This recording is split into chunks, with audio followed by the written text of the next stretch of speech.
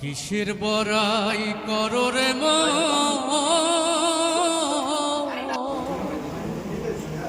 কিসের বড়াই করো, হওয়ার গাড়ি বিকল হবে,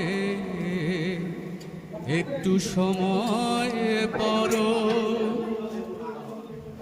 কিসের মেয়ের ঘরে অনেক গেছে ছেলেগুলো ভালো লাগে না নাকি টেবিল নাই এনে তো চেয়ার নিয়ে বহা গেত কিছু বলো না কেন কিসের বড়াই করো,